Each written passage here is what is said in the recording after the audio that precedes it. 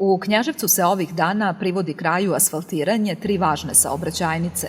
Obilazeći radove, predsednik opštine Milan Đokić je istakao da je za rekonstrukciju iz budžeta izdvojeno najviše sredstava do sada, više od 100 miliona dinara. Veliki broj ulica će biti rehabilitovan, u subotu se radila ulica Ljutomira Đorđevića, danas evo ulica Milana Punčića, već sutra ulica Stevana Mokranjca i tim tempom ćemo nastaviti narednih mesec dana.